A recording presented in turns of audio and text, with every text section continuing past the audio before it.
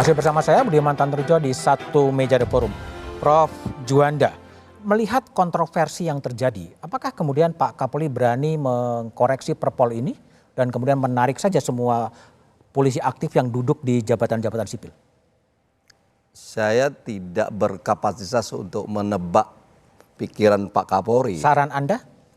Menurut saya, pertama saya tegaskan kembali, saya melihat ini dalam bahasa pikiran saya bahwa Perpol ini adalah merupakan respon positif dan niat baik Kapolri untuk menjawab dan menjabarkan putusan 114. Yang kedua, memang kalau kita ini sebenarnya ya Pak Kapolri ini ingin bahwa adanya sarana hukum yang tepat.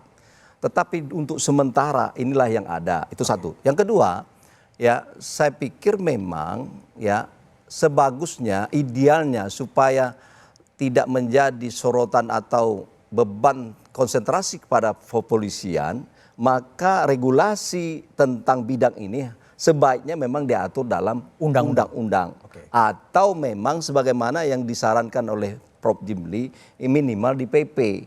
Nah, menurut saya terserahlah. Tapi saya lebih tepat ke perubahan undang-undang nanti mengatur soal tidak mungkin tidak 17, bisa 19, bisa juga kurang. Atau itu terserah DPR bersama Presiden untuk mengatur.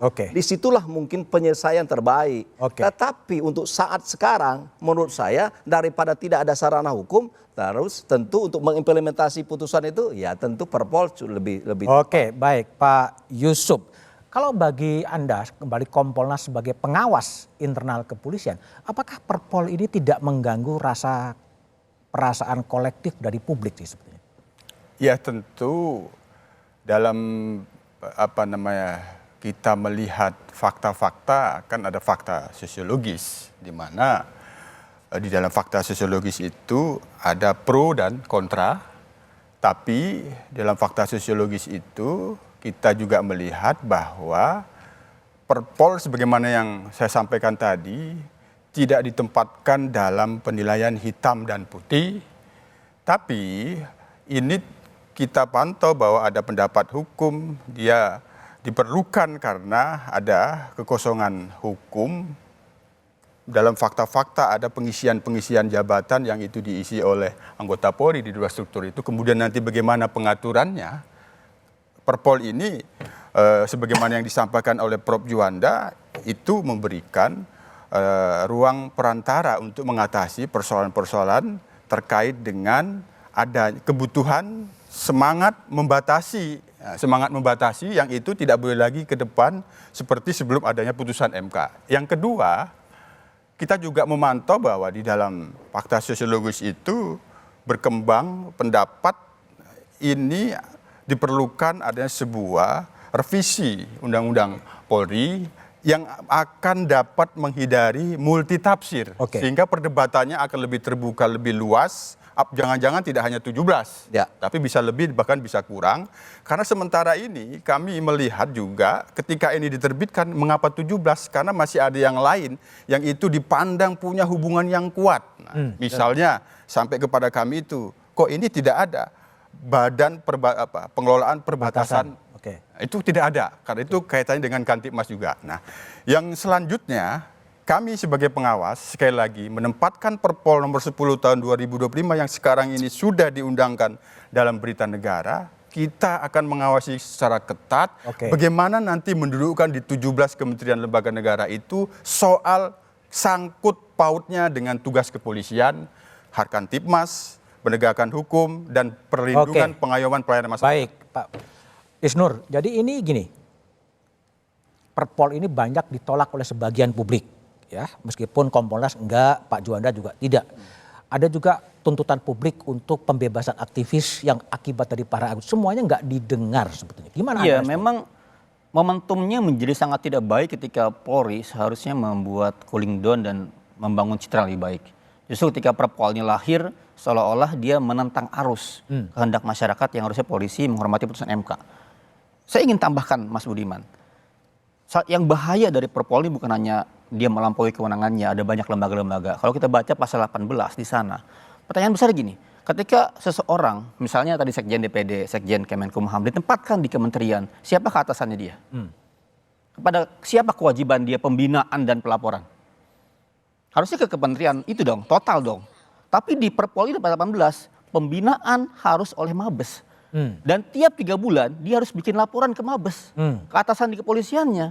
Terjadi double loyalitas. Double atasan di situ. Ya kan, double kebingungan. Itu yang berbahaya dalam pelaksanaan penugasan oleh kepolisian yang nggak berbasis undang-undang yang jelas. Harusnya kenapa sih harus ngundurin diri, kenapa pensiun, agar dia total di lembaga yang baru itu gitu. Itu maksudnya, niat baiknya. Kita harus tangkap pasal 28 ayat 3 Undang-Undang Kepolisian itu di situ. Dampak kepada institusi yang ditempatkannya menjadi banyak masalah kemudian. Baik.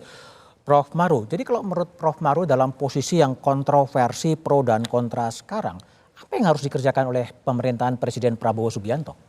Ya, jadi saya kira seluruh masalah ini harus dikembalikan kepada semangat konstitusionalisme, yaitu membatasi kekuasaan daripada masing-masing, tidak ingin melihat ke daerah lain. Karena organisasi kekuasaan itu, dia dalam strukturnya masing-masing memiliki kewenangan ke dalam, tetapi kalau menyangkut lembaga lain, itu sudah menjadi kewenangan dari presiden sebagai penanggung jawab tertinggi.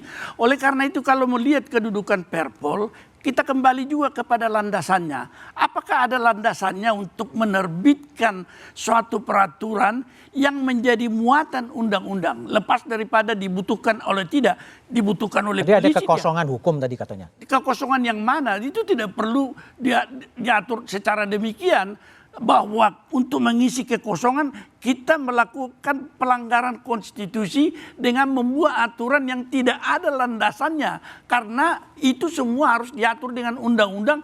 Masakan kepolisian mau merebut itu menjadi suatu kewenangannya sendiri, karena ini adalah antar lembaga. Misalnya menempatkan orang saya ke tempatnya Pak Budiman, itu tentu membutuhkan koordinasi dari atas yang bukan menjadi wewenang di sini sendirian tadi, sehingga disebutkan ada double loyalitas.